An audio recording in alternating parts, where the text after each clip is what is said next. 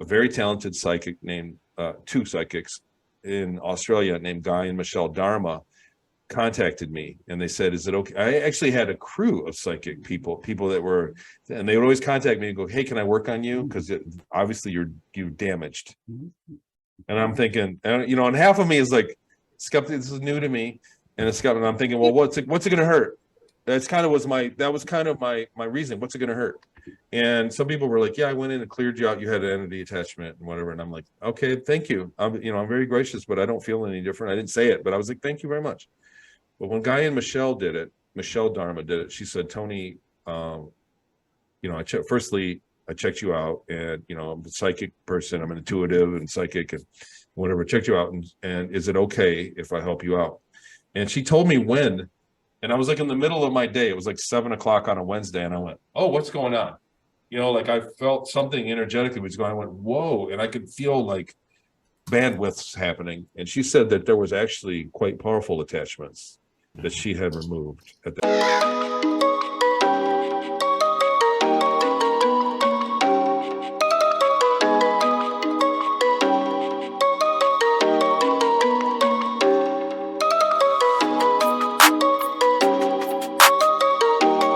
There's a billion people out there that I would get along with famously that I'll never meet. Right. So, like I think letting people in your life is healthy, and letting people leave your life is healthy. Even though I've had some people leave my life and it devastated me, but I think it's a natural thing. I think it's just part of it, So how do we even talk about all this stuff? We haven't even talked about anything major. We go right into the deep end. Isn't this the most major thing there is? Like how to live life one-on-one. You know what I mean? That's right. We all have different perspective about it. You're right. Yeah, definitely. I'm a heart-based, social, how do you feel? What do you think kind of person. So these are what we're thinking about, the logic behind the feelings and the feelings behind the logic type conversations that keep Jonathan up at 3:30 a.m. And I'm like, Jonathan, what do you think? Oh yeah, we go deep. We go deep. You're lucky to have that. Not everybody has that, And I'm a Libra. We talk about this all the time. Like we cannot have a superficial conversation. No. It's impossible. Mm-hmm. Oh, that's great. It's impossible. So yeah. And yeah, go ahead. Like at the conference, that's another thing. Back to the conference and all the conferences that I've been to. That's the thing, is you get around family, you get around people that have those conversations. Because most people don't. You get around people that can understand what you're talking about. Yes, like a certain level of it. It's a family. You're a tribe of people, and that's what's so good about going to these. And the big ones are nice, and the little ones are just as good. It's the crowd that is the draw, not the speaker. That was it, Tony. I was losing it because I was like, I could have chased you around and sat next to you, but there was 995 other people, or like 984 other people that weren't on stage. And I was like, oh my God. I met a young man who had autism and who taught him. I said, how did you get to this conference at age 21 and autistic? And he talked about his depression and his need to change and how he got himself out of the closet and changed. And I'm like, I need to know you. My son has autism. I need to know you. And then, he wasn't on stage. And then I met another young lady who was talking about her fight with the lizard queen, right? The reptile queen. And I was like, oh, she told us some stuff that I'm like, that was amazing. How to challenge yourself, how to move past that, how to see that these beings actually require your permission. And so I met so many beautiful people. I mean, I took pictures with people, and if I went somewhere and somebody knew who I was like, oh my God, you know who I am? So it was a healing experience. And that love bubble is real, because when you come out of that love bubble and you start to get around people who aren't in that vibration of love, it started to feel like I was being electrocuted. Like I said, oh, this hurts actually to be outside of love vibration. And I actually came to the conclusion that, like, when, that example of Jesus on the cross, when he said, why hast thou forsaken me? This is what he's talking about, because I've been in connection, direct connection to source creator. And when I'm out of it and I'm just around people who are miserable, grumbly, and don't wish me well, and they have evil thoughts against me and they want to destroy me, it's the most painful feeling that I can have, is to be out of love vibration and in this vibration. And you like, oh no, I can't take this. I need to go back to the love vibration. I can't deal with this. And I've come to this conclusion as well, that when you're in that love vibration to that person who's not in it, it's painful to them. And they're rejecting it. That's why they're fighting you so hard and objecting with you and criticizing you. And then on the other end, it's hurting you so bad because you love the connection with love and consciousness and source so much that you are willing to sacrifice your relationship with this person to stay connected to source. And so to them, it feels like you hate them. And it's not that you hate them. You still love them, but you love source creation, that connection to love so much, you're willing to let that go. And so I start understanding some real Christ concepts since this conference. Wow. Wow. The people that are like that are in pain themselves. Hurt people and kind of thing. And they don't understand that. So they're still coming from a place where, you know, like they feel like they feel unworthy. So why should you be worthy? You know, I think that really sums up a lot of the problems that people have with people when it's petty. You know, like it's one thing to have a problem because you crashed into my car, or you get what I mean? Like there's one thing to have like a physical, like a legitimate reason why you disagree with somebody. But it's another thing when it's on an emotional level where they just are mad at you because because you're happy. The worst crime that anybody ever committed in the world was being happy in front of somebody that was unhappy. That's one of the worst crimes that you'll never be forgiven for. And so until that person learns their own happiness, the world is a criminal to them. The happy world is a criminal. And so when you're around other people and you get that love and you're happy, you get that, you know what I mean? Like I came home to that, and I feel like after the conference, like after being like experiencing that on a mass scale, you know what I'm saying? That like just a regular life is a shoe that doesn't fit me anymore. I look at it that way. And so like just what you're saying, like I don't know the details, right, of what you're saying, of how it played out, but and it sounds like whoever it is kind of hurting. And you know what I mean? Like it's hard when you're not happy, or for whatever reason, you're hanging on to something that's driving it. And then you see somebody that's happy, and you want misery loves company. You want to make them miserable. So it sounds like, see what I see. Come back down here and look at what I'm looking at. And the way I'm looking at it, it doesn't look good. And they're like, show you come back where I'm at. And they're trying to make you come back from their perspective. But your perspective has changed now. You can't see out of those old eyes anymore. And it is uncomfortable, and it is quickly where we're moving. And I always use this concept of, we were listening to 93.5, and I never did like that station. I don't really like that kind of music. And they're like, oh, you're different. You're walking to the beat of your own drum. And so now you get to this place and you think you've been alone all this time, not knowing that there's all these other people. And they like 100, they like Sunny 107. And then now we're all listening to Sunny 107, and they're like, oh my God, you like Sunny 107? I like Sunny 107. Like, okay, like, no, wow. You're not alone. We're all liking this. That's a great way to put it. That's exactly what it's like, That's on what an it emotional. looks like. And now we're not even on like walking to a beat of a different drum. We just had to find out who needed to be on our channel, who's on our station. And I identify with you now. Like, yeah, we're rocking it over here on 107. What? High five, Jonathan. Exactly. Exactly. So yeah, but this is monumental. Like when I start keep going through these things, the teachings of Christ now, because I grew up, I don't know how you grew up religiously, but I grew up, and Jonathan did also, as a Jehovah's Witness. Oh, wow. So that takes a lot of work. I mean, that's a very dedicated, religion to be part of. You know what I mean? It's a very, very active religion. I grew up in Episcopalian, which is very laid back. You know, you come, you can not come, whatever. You know, it was very laid back. So when I was in my, you know, maybe from 11 till 13 or 14, we went to church quite a bit. And then when my kids got older and their friends started taking them to different churches, I took them to church, you know, quite a bit. So I say it like this, that, you know, and I don't want to say anything, you know, I'm not commenting on Jehovah's Witness, but I'll say that we're not. I worked for a guy in Hawaii who was an atheist, and he was a great guy, but he was an atheist. And he said, we talked about I said, yeah, I'm going to church Sunday, and whatever, he gave me the spiel.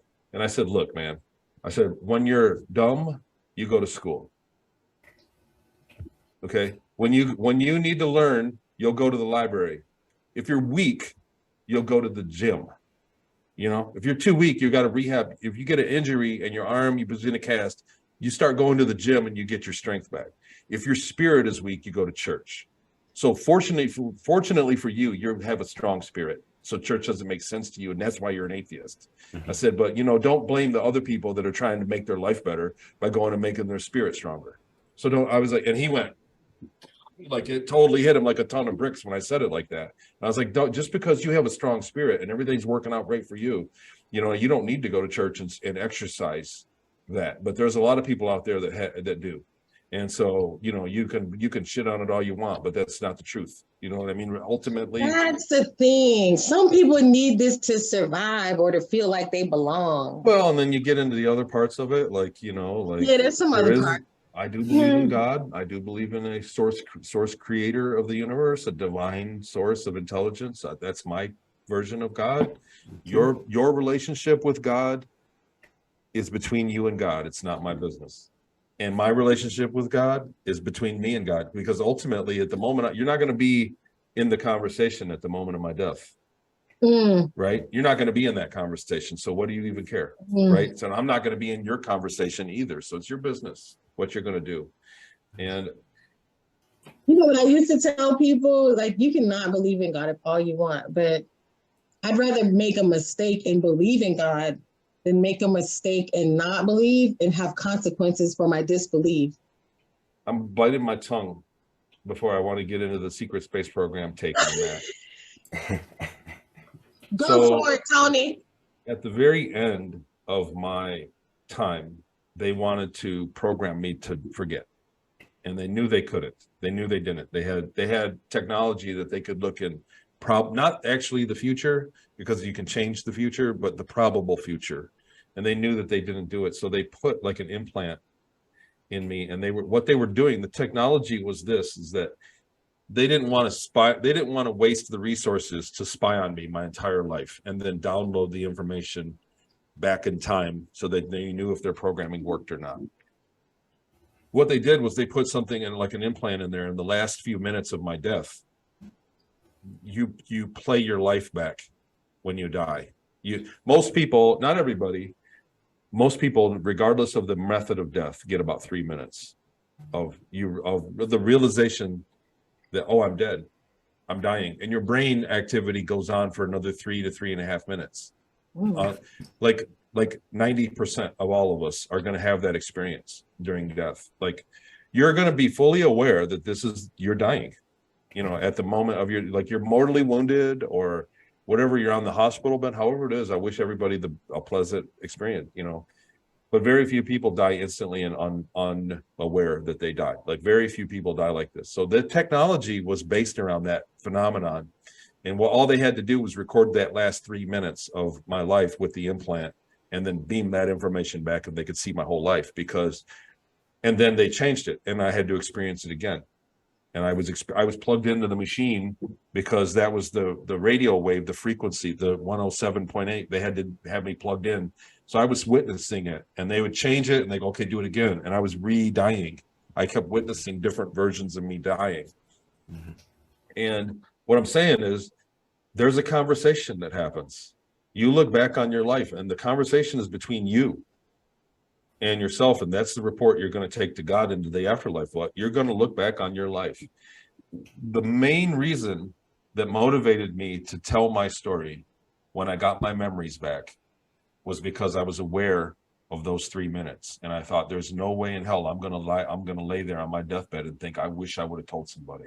Ooh. And I look at my life now like that. When I look at decisions I make, big decisions, I look at it and go, when I die, am I going to look back and regret this, or am I going to regret not doing it?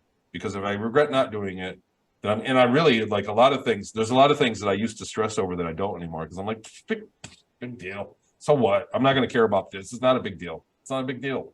And, because we are all going to get that. Most of us are going to get that. You're going to lay there. You're going to look back on your life, and you're not going to think about that hour of overtime you worked. I'll tell you that right now. You're not going to think about that. You're not going to think about any of that. You're going to think about the eyeball. You're going to think about the hugs, ERIKA. You get what I'm saying? You're going to think about the hugs and the smiles and the eyeballs and the things and the moments that you shined. You're going to think of those, and you're going to think of the moments that you shined. And so that's what life is to me, is, you have to keep those intentions and you make something happen with it. Oh God. You're answering so many questions. You're answering so many questions that I was gonna ask you. That's why we're free flowing, and it's like, oh, this man, he really is psychic. No, aren't we all? Yeah, we all are. But then I was thinking about it. I thought about that in the past too, especially when I see people with petty grievances and arguments. I'm thinking, I like to tell people, when they flip the switch and the party's over and it's like, hey, all right, go back to what we were doing before this. Is what this thing we're doing or talking about going to matter? Is that a thing of substance? This argument, this disagreement, this grudge, or this thing that you have going on, when you flip the switch and the video game is over, is any of that going to matter? That's right. A lot of petty things are not going to matter one bit. That's right. The real thing, you're going to get a clarity, and you're going to go, oh, I was worried about all that stuff. I didn't care. Like, what's sitting in your garage isn't going to matter at that moment. It's just all that extra toilet paper I got in the closet is all of it. You can say, oh, no, you might smile. You might be like, my toilet paper was straight, though. Who's going to inherit the toilet paper, Tony? Who's going to inherit all these paper towels? Yeah, I mean, you know what I mean? If you think about that, like, also, if you can flip that and think about moments that'll make you smile in that time. Think about things, you know what I mean? There's something, it's different for everybody. There's going to be different things that make you smile in that moment too. Like, really. Yeah. And maybe because I'm older and, I'm like 50 and starting to fall apart. You ain't saying that, and Tony. Maybe I'm thinking about it more often than I used to, and, kind of being of that mind. But I think that's what life is. I mean, you dropped the 50 bomb. My birthday was at the conference. Oh, I remember your birthday that night of. I went out there and saw you out there. Oh my God, you saw me though. Yeah, you were late. We were all waiting for you. We were all up there. I remember I was the fire Tina was keeping me. Yep. And she was giving me drinks, but she wouldn't let me go to the bathroom. I made sure to come see you and say happy birthday. Yep. And I was like, I said, you know what? You're busted. You're being suspicious. You won't let me go. That's funny. Like, I'm a little buzzed, but I'm not slow. I know what you're doing. And it was beautiful, though. It was really neat. Like, I already knew my birthday was going to be during the conference. And I was like, yay, I'm going to be with all my friends. That's super special. It was. And what a beautiful place it was. And everybody was so beautiful. And I'm glad you addressed the topic of memories. I was talking to James Rink about it because he was like, ERIKA, you should do a regression. And I was like, no, because I heard your story. I've heard his story, and I've heard these stories. And I'm like, well, what if I have one of these kinds of stories? Like, do I really want to remember me chopping something up and doing this? Do I really want to do that? And he was like, you know what, ERIKA, I have 2 different timelines. And in the timelines, he said how he still came back to do the same thing. It was just 5 years difference. It's like, you can make this decision now or you can make this decision later. But if it's meant to happen, it's going to happen. And case in point, how you got your memories was, it wasn't like you went for a regression. No, it happened organically, I guess. Go ahead, Jonathan. Did you start the Hemi sync and that before you started getting them back? Or No, I was remembered it. I remembered the experience, and then I went and found the Monroe. Like, it was freaky because I was remembering things, and I'd look online and I went, "Oh, it's real." I went, hmm "Oh God." hmm Like because I wanted my memory, I wanted all the things that were crazy that are, it's a tall glass of, wake up juice to swallow, for me to tell my story of the secret space program and being abducted and going through all that and the Satanism and going back and then waking up at 10 years old. Like, I was going, wow, and I had a great deal. I had the whole book. My book, I got those memories in a week. Yeah. They So came back to me. the book is Cirrus Colony Cavalier, right? Yep. A true account of a man's 20-year abduction. And Yes. so you had a cavalier attitude, or at some I got in point, trouble for cavalier behavior. It was a behavior. crime. Yeah, it was actually a crime that I committed, was behaving cavalierly, because I was in love. I fell in love and I was happy, and I wasn't supposed Before to be that, happy. I was a slave and I was not supposed to be as happy as I was, and I behaved cavalierly. I got charged with cavalier behavior because I cracked a joke and smiled when I shouldn't have smiled. Why is he smiling? And this is why they didn't give you a cell phone, one of the clear cell phones. Yes, well, I Because they wasn't need to I keep wasn't you, of the rank to have they one. need to keep you in a dis-ease though, right? Because then you're shaming and blaming and projecting. Why can't I have this? Why this? So it keeps you in that dense Yeah. vibration within. first off, though, the MRI triggered the memories. So I did have an MRI. So I didn't know that at first. It was months later when I had the memories and I actually started working with people researching it. I discovered the Mars records like 6 months. It was like 9 months after I got my memories. Disco. Disco's in the house. Yes, we've been waiting for her. Hey guys. Hey. Hey, I was doing that astrology thing with the Brandy. So and then my astrology reading. Yeah, and then my pug got locked under the bed as she's doing it. I'm over here, Vinny, and then my mom's baked potatoes burning in the oven. I'm like, so yeah, but I'm here. Okay. Hello, good to see you. Good to see you, Tony. Disco pops in, like she zooms around the universe on her roller skates, and then she popped up in places as like comic relief a lot of times, because it's like you always have like this dramatic, crazy ass story. It's like, you ain't gonna believe what just happened, and it's like, that's Tina. I have the I Love Lucy life. No. So she pops in. So at some point, is Brandy coming? I hope. Okay, so someone else might pop up. I love surprises. This is never gonna be official, and it's never gonna be bougie. Okay, we do what we do. We just roll with it. And we roll with it. We hadn't even talked about my childhood yet. I'm like, no, we just talking about some stuff. We rolling with it.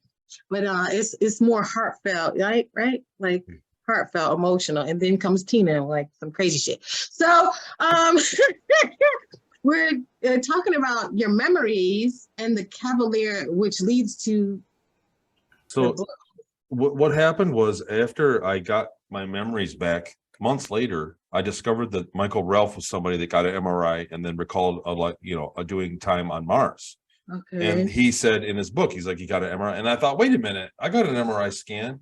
And I went back and looked at my medical records, like in the billing, there was a website, and I got the date, and it was about 2 weeks before I got my memories back. My first email that I sent, because I had emails that I sent out, immediately. When I got my memories back, like literally the next day, I started emailing researchers, like I was like, help, I needed to talk to somebody about it. And so it may have been a coincidence, but it may have been the factor, because it was a memory or MRI scan of my head. I was having headaches. And but what happened, well, like I said, Jonathan, we were talking, I remembered all these things, like the Monroe Institute, and then I went online and thought, oh, there it is. And then what really hit me over the head was within, I think it was like 3 days later, two or 3 days later. Like, I remembered everything on a Wednesday, and it was like that Saturday morning I actually had time to sit and unpack it. And I went on Google Earth, and I thought, the house in Seattle. I remembered riding the ferry to get there. I remember it was an island, and I started looking around the islands. I said, I remember the swimming pool, and I zoomed in. I went, oh God, there it is. And I went, what? And Peru, the town in Peru, I remember that we flew north through the state of Acre from Porto. So I went to Acre to Peru, and I went straight down, and then sure enough, it was exactly how I remember it, the same layout, the airfield about a mile out of town that we used to ride trucks back and forth. It was exactly these memories. I had all these crazy memories that didn't make sense. And then I was finding evidence, I was hoping for evidence that would dispel it all so I could get back to my being normal life that wasn't bad. And it turns out, and it's still happening. It still happens that I remember things and they check out. Like it's still like that. People always ask me, like, what evidence does this guy have? That's like a common YouTube remark, but it's trolled, like, oh yeah, where's the evidence? It's like, there's so much evidence, man. There's like hundreds of points of evidence. I've had people that donated, private investigators have donated time. I haven't even got into the car that she drove that was at the mechanic. There was a foreign, so they had to go to a certain mechanic, and the private eye went there, and then the people, like, there are people involved that turned up too. So yeah, but I know that you guys already know all that. I know that say whatever you want, Tony. Sometimes I go in front of a crowd and I start presenting evidence. They're like, we don't want to hear this. We already know. We want to hear more. We want to hear the detail, the deets, man. And then some people I go in front of and they're like, what are you talking about? Where's the evidence? So Not me. I just have a question. So when you started to go and do some of the hemisync of how much clues and were you presented when you went into those meditations of in, like, say 21? That's a really good question. That's honestly the first time anybody's ever asked me that. Yeah. Why I also really bring this is because you were being drugged and going into these focus levels back then. So that's opening up a doorway to that 22, which they kind of skip because that's the level that the people are usually drug addicts and or drug abusers, and when they go into those realms, into that low vibration, there's attachments to those certain entities that are into that realm. So this is where it kind of, I was just wondering how you felt when you were going back through the process of reclaiming yourself. Super amazing questions. Wow. Yeah. So in the beginning, when let's see, it was 2015, May of 15, I got my memories back, right? Early May. And then for the next like 10 months, I didn't really talk about it publicly. I talked to researchers. I worked with 3 or 4 different people that were like grilling the shit out of me, like legit. And before I did the interview, and then it was like September of 16 was my first interview at Exopolitics. And from there, I really didn't start messing with any of the binaural stuff. And what happened was I moved. I was living in Hawaii, and I moved to Michigan. And I had a little, I had family with me, and we had a rental. We only had like a 6-month lease on a house, and I was pre-qualified to buy a house. And I got here and found out that there was a fraud on my tax record back in Michigan, so I couldn't buy a house. And I was like, oh. So we had to get another rental, and then the guy that owned the company I worked for died, and I lost my job. And I went, oh God, what am I going to do? It was like I was dead. I was broke and no job, and all the bills were due. I was in that situation. And at the same time, I was really picking up doing interviews, and I was still researching this. And I thought, I'm going to go in again, and I need to now. And I did, and I did it so that I could find work. I kind of went into it to find work, and it worked. And I started doing it. But also during that time, when I was on Gaia, I was on Cosmic Disclosure. A very talented psychic named, 2 psychics in Australia named Guy and Michelle Dharma contacted me, and they said, is it okay? I actually had a crew of psychic people that were, and they would always contact me and go, hey, can I work on you? Because obviously you're damaged. And I'm thinking, and half of me is like, skeptic, this is new to me. And I'm thinking, well, what's it going to hurt?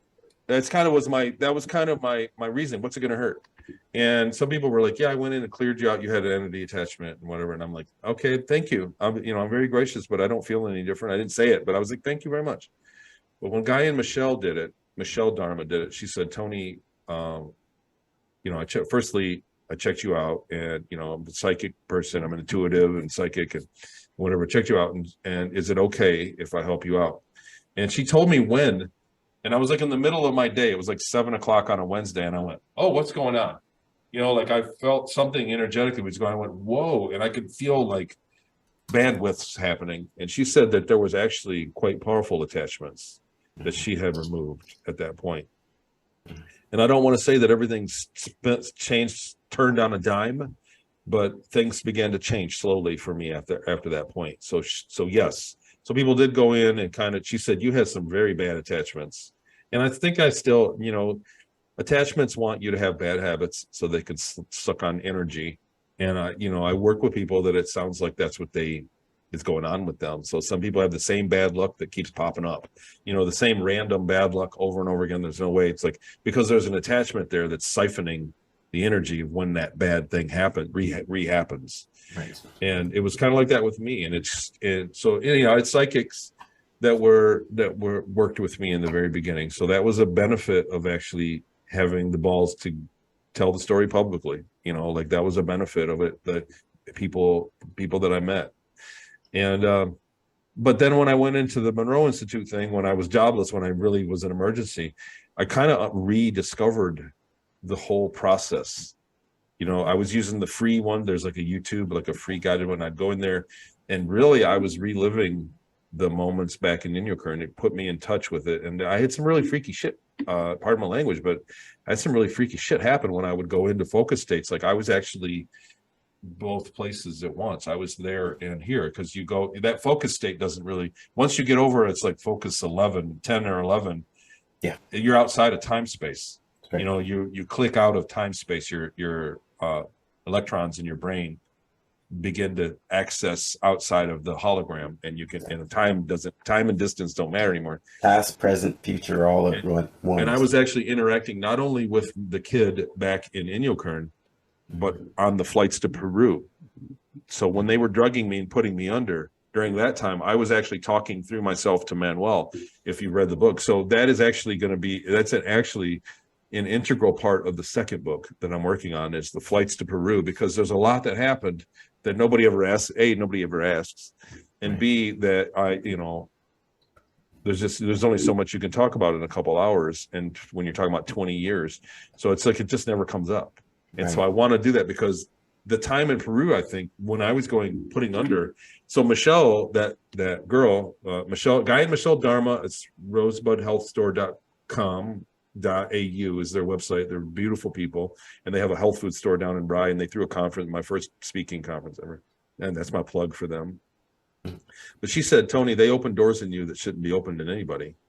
She said, your higher self has actually been affected, been damaged, your higher self. And that's why, and I think that's why I'm afraid of regression, because my higher self was like, look, leave me the hell alone, because it was artificially being aroused.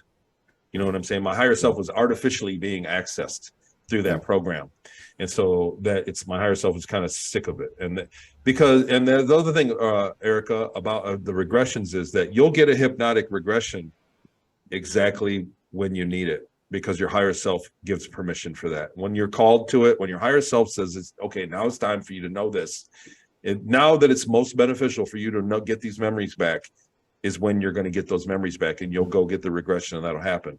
Suzanne Spooner taught me that. And I thought, man, that's a good way to look at it. And not until then, not until you feel a calling to it, should you get one. Don't let anybody talk you into it. A lot of people want to twist your arm, like, let's get you a regression. Everybody wants to put me under and hear what and you know what I'm saying? And like, everybody wants to see a train wreck. And so you get what I'm saying? So they want to put me under and hear about what happened. And for one reason or another, but it's like, I'm not ready for it. So like my first two regressions, the starseed regression was mild.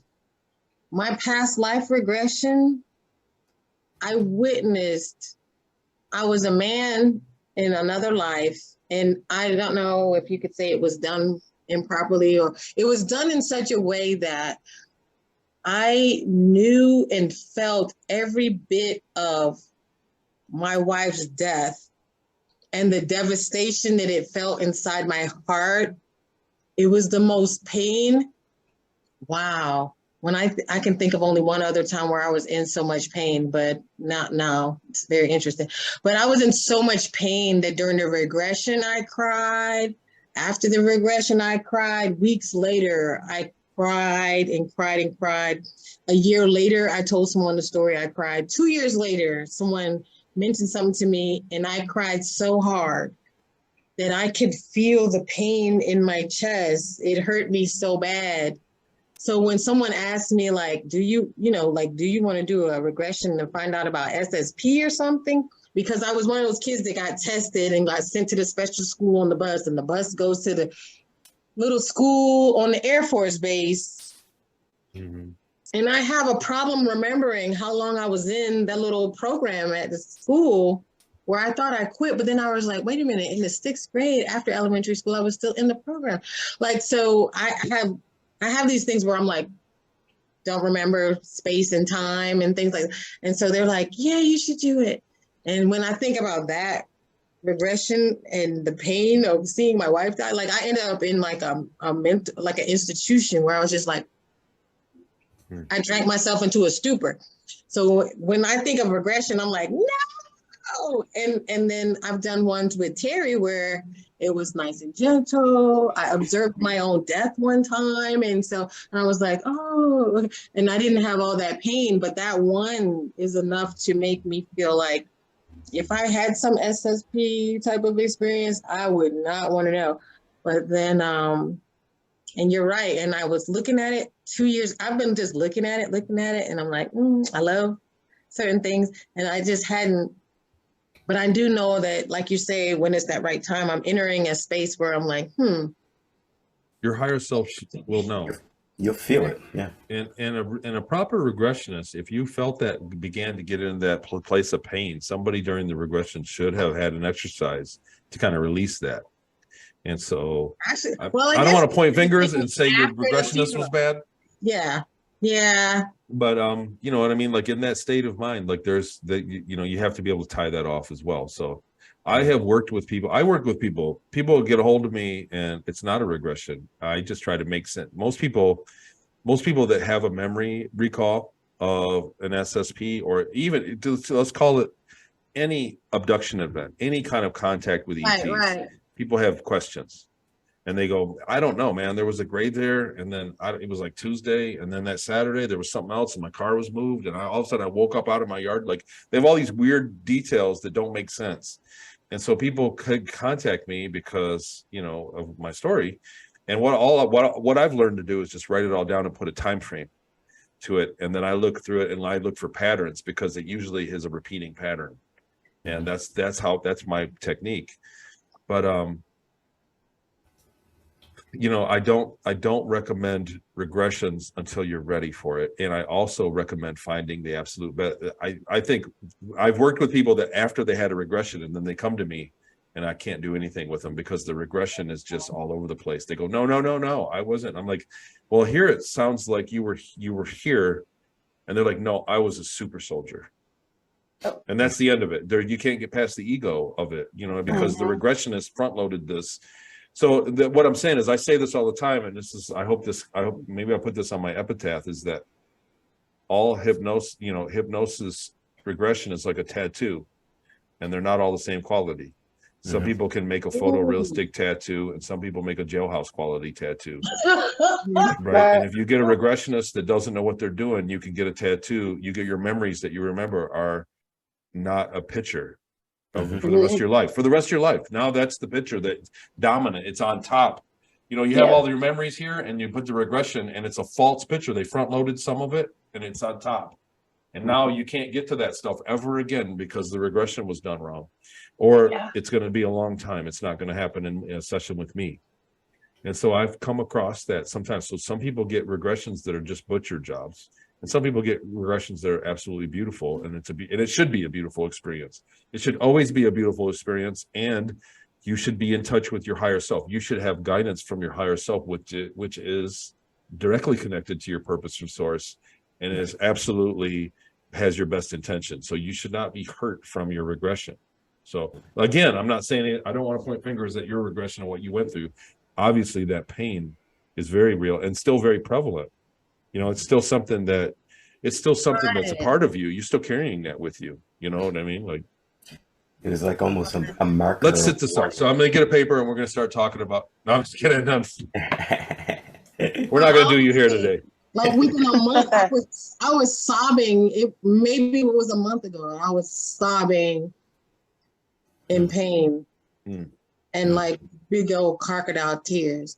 But then, you know, some of us lament. You know that word, right? Lament. And we languish and we lament and we like to roll around in pain sometimes. And I don't know, maybe it's like my little baby now that I know eventually I need to go do something with it. Because now I have to remove this pain, right? Because this is this little baby that I got. And I kind of carry it. That devastation, I carry it. But what I also tell people is like, this is how I know what you are saying, what other people are saying is real, because how can I have this much pain on something that it's not here with me at the present? How could I have this much pain with a memory from the past if it's not real? So I kind of count it as a testimony as well. I don't wish it on anybody else that they have to build a memory or bring back a memory that's this painful. But I do also use that as a testimony to say, I know what he says is real because this is how the universe works. And I'm a witness to how the universe works because of this pain that I feel, you know, if that makes sense to you. No, it does. It actually, that allows a lot of growth. I mean, because you have that with you, it allows you to see things and help its growth. It's helping you grow, you know. I've always said that people with trauma try to find it again. So people that are traumatized, people that have something bad happen to them, they get victimized or traumatized. Something bad happens. Instead of, they unpack it, they deal with it, they grieve, but then they subconsciously seek it out. So that they can, you know, your mind, it's your subconscious, not you specifically. It's not conscious, but they seek it out so that they can relive it and try and attempt to master it again. Right. So, yeah, I don't know how many of you, like I've known probably 6 girls in my life that had a boyfriend that smacked them around. And we'd say, break up with him. What are you doing? And they finally would after years. And then out of all the guys available to them, they find another guy that hits them because they're trying to master that situation. They're trying to find a guy with the same traits and then come out of it on top. And then it doesn't happen and it breaks up and it repeats. And what it is subconsciously, they're trying to master the trauma. Your mind, maybe that's a challenge, maybe that's something, a life challenge that we all do. And I've done it myself with what I went through. Like I'm still, you know, unpacking what I went through. Really, I'm going to tear up. I got to tell you that out of all that I went through in my time, people go look at the abuse and everything that I lived through, but it was the loneliness that stays with me, that I have the hardest time. I'm really like, I did it so much that I'm comfortable being alone and I like my privacy and I like to be alone, but I'm afraid to be alone. You know what I mean? Like that was the trauma. That was the part that really hurt the most, is I spent years and years and years with no shoulder to cry on or nobody that really gave a fuck about me. And so that loneliness that is a trauma that I'm still dealing with that. And I say it all the time, like I'm still messed up, you know what I mean? And people don't know what I mean by that, but I say it like that it's the loneliness was the worst of all of it. And you know, I went through some bad stuff. It's the part you continue to recreate, and that's why I say we lament in it, because we want to swim in it, we want to drink it, we want to, you know, like we want to master it, share with it. That's what we want to keep reliving it, and we want to live inside of it. You want power over it. You want power over it. Right. Yeah. You know? And so that's We what want the to mind dance with is. it, Tony. We want to dance with it. I don't know if we want to, do we really want power with it, or do we want to dance with it? Because I really feel like a lot of people want to dance. I just want everybody to love me. Yeah, now you Just everyone. you're I healed. just want everybody to love me. That's You're it. healing. That's just that. If I could just have that, I'd be fine. But I'm not gonna. You know what I'm saying? Like, it's not gonna have it. So but that's, you know what I mean? That's the unrealistic thing that my mind is trying to do. Is, you know what I mean? To be in a dominant situation to where I would never be lonely again. Right. And so that's something that I unpack, man. I unpack that. And I'm like, I'm doing therapy in front of all you guys right now, but that's the truth. And from that regard, like, everybody has their own version of that for whatever. Another thing is a friend of the family saw me on Facebook and said, I'd like to read your book, Tony. This is a person that's not very woo. Spiritual. Right. This is a normie. A Facebook friend that's a normie said, I want to read your book. And I'm like, fine. And I sent an autographed copy down. And she read it and she's like crying and getting back to you. She goes, how do you do it? She said, you know, I was whatever. I don't even like saying the word, but she was raped once. And she said, I constantly beat people up about it and say, well, you don't know nothing because I was raped. Like, she uses that as a trump card to say that my trauma is worse than your trauma. And she's like, how can you, after what you went through, I feel stupid. She said, I feel totally stupid that I have ever said that, because what you went through was so much worse than what I just got raped one time on a date. And then you went through all the stuff that you did. It's so much worse. She said, how can you be like that? And I said, look, it's not a contest, number one. So one kid can be very abused and locked away in a closet with broken glass and never fed and starved and beaten daily. And another kid can have a pampered life and be yelled at once by somebody it loves, and they can both be just as screwed up. The trauma is real. It's not a contest to see I'm more traumatized than you're traumatized because my pain is deeper and worse than your pain. That's not the case. Jonathan, do you have something to say about that? No. I just try to give people a chance before I get rolling, because I'm about to start rolling right on that one right there. I'm about to start rolling. Tina, you good? Yeah, I know. When I was listening to you, Tony, there are so many things that were triggering, like, my emotions and different things. And you know, I've had a lot of trauma in my past too, and so I just started bawling. And then that's why I alienate myself. I may seem like I'm just Tina, I'm out with all you guys, but I'm very, like, I keep myself alone on purpose. Like, I've been alone for all these years just to keep from being, like, raped or molested or kidnapped. You know, guys would always do that to me. So they just had to have me that much, you know? And so, yeah, it's a lonely life. And that's probably why I got big, and just to kind of make my little force field so nobody can get through this bubble, you know. But Wow.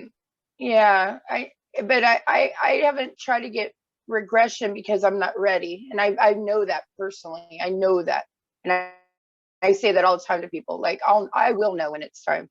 So when you're saying that, I agree with that 100% too. So I'm still trying to discover other stuff about me. Don't let anybody twist your arm. You know, Yeah, don't let anybody, nobody can.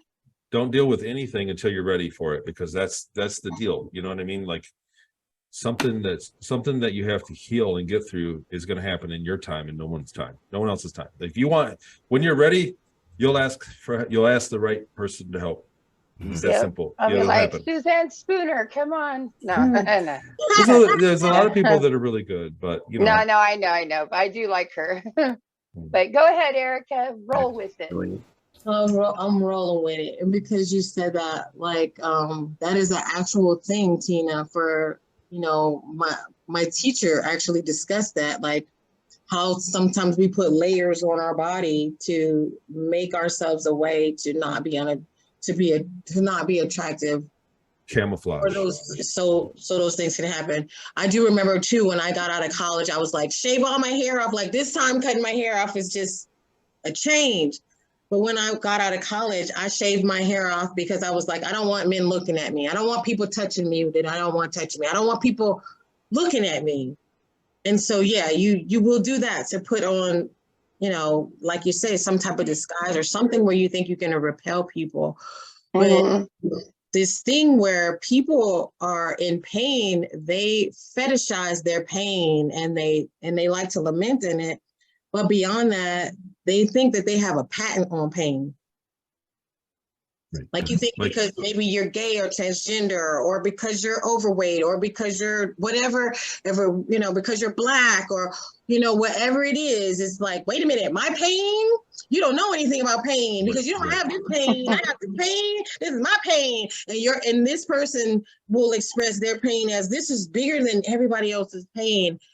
And I always go back to, if little kids being molested, abused, tortured, and things like that, you think you got like more pain than everybody else? You know what I mean? Like you have to like honestly show people situations where this is worse than what you got. It's always somebody got it worse. And I don't want to minimize your pain, but please don't grandstand in front of me. Everybody casts a shadow. Right. Everybody has a shadow behind them. Everybody does. So, Yeah. you know what I mean? Like, and you can't say that I have a shadow, so you don't. So everybody casts a shadow. That's the meaning of life. If we didn't, our lives wouldn't be, life would be pretty boring. We were in a woman's group the other day and we were talking, and the lady said, well, count yourself lucky because, and I was like, wait a minute. I don't want to minimize anybody. If someone's expressing themselves, their pain, let's not minimize anybody's shit. Mm-hmm. But let's not also grandstand and make sure, you know, that you kind of put yourself. I kind of hate that my evidence involves me belly aching. Do you get what I mean? Like I said that at the conference.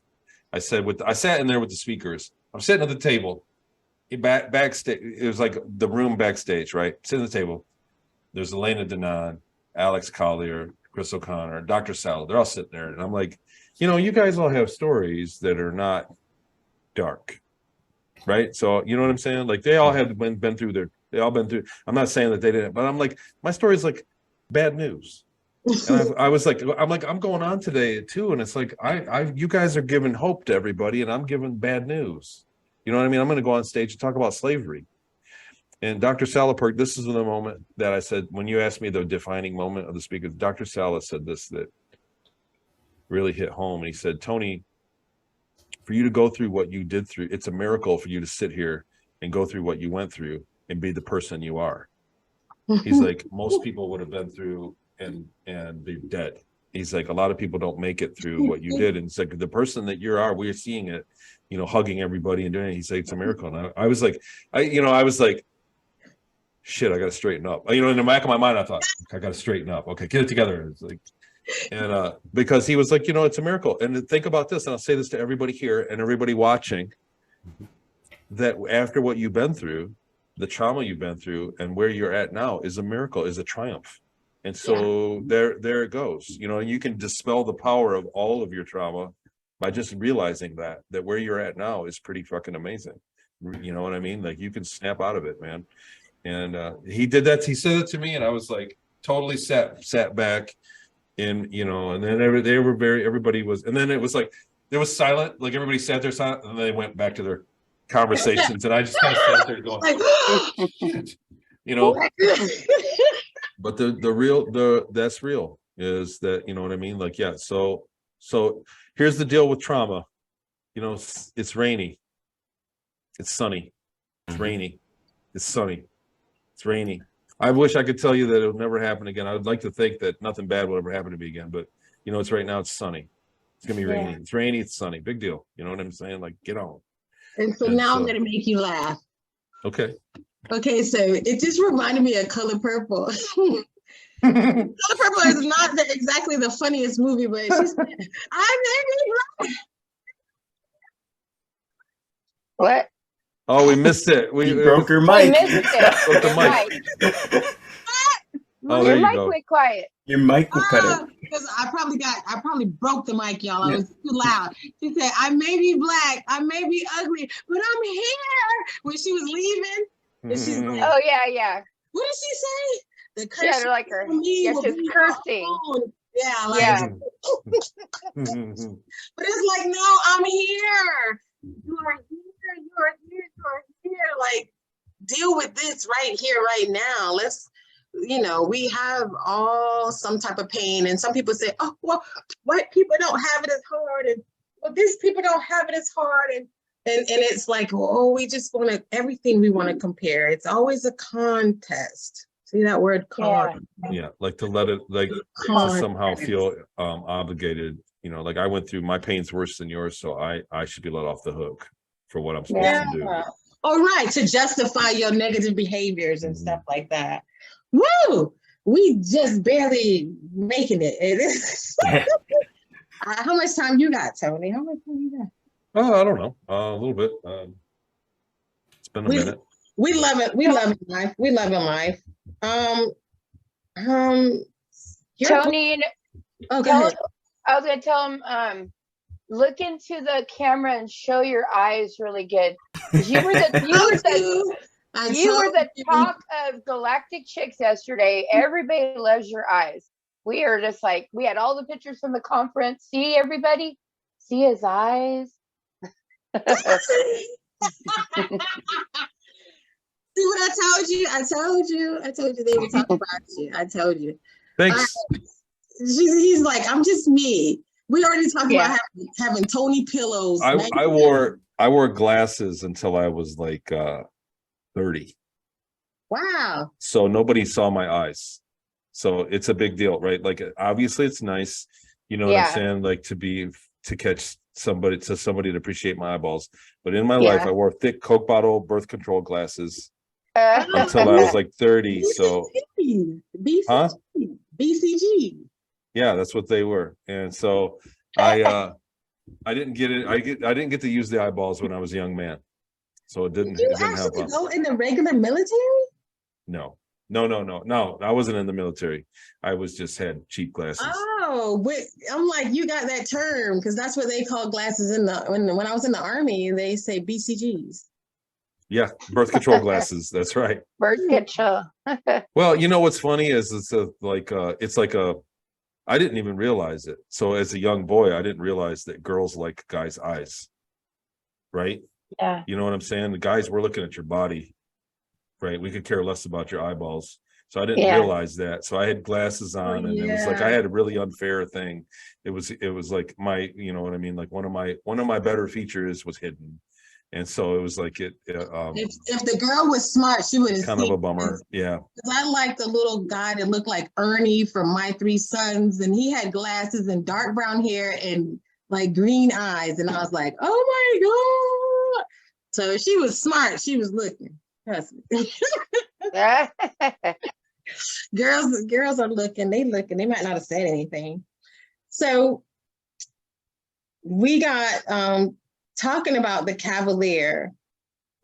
Jaime asked about the jails in the book. In the TV show Andor, the series. Have you ever seen the Andor series? Oh yeah, I watched it. Everybody on episode 8. I got about 20 emails and messages on Facebook. Tony, you got to see this. Tony, what do you think? Tony, go look at episode 8, please. And they wanted to hear it. You know what I mean? What I thought about it. Mm-hmm. And I wish our situation on series was half that clean. That place was all shiny and painted and bright color. It had bright lights, and it was clean. And that was not what it was like one bit. Yeah. But it was similar. It was similar. There were some things like we didn't have an electrified floor, and but the mentality behind that scene was very very similar. You're right. Yeah, it was very simimer. We had so when we had shock collars that would shock us just like a dog. But they would take them off as we went in. So we had freedom to move around, but they would just kill the lights. You'd be in complete darkness, and they could see you. And then you'd get in trouble. They would pull you out and shock you if you didn't comply. So you had to go to your bed. When I got in at night, so you could come and go as you pleased, but all the lights, it would be pitch dark. So when I got in, I had freedom a little bit towards the end. And if I got in late at night, they just turned the light on in my room for like 3 minutes. So I had time to get from the door. When you went in the door and it locked behind you, my light was on down the hallway, and I get there and go in and the light would shut. You had to be quick. and get in bed before the light. And then, you know, Oh. you would get in trouble if you made noise at night, if you were a loud sleeper, if you got up, got sleepwalked or something, they would pull you aside in the morning. So in the morning, all the lights, buzzer went off and lights came on, and you went outside, the door opened at the end, and then you got processed. And we went into the showers and stuff. And if you were acting up that night, there would be guys waiting there, and they'd pull you aside and go kick your ass. You know, I never got in trouble. I was obedient, but guys did get in trouble like that. But yeah, so it was different. It was a different thing than Andor. It was the mentality of it and the organization of it was just like that, but it was not that clean. All this, even when they were working, when they were putting the parts together, it was all clean. It wasn't like that. It wasn't where we were, where the slave labor was filthy.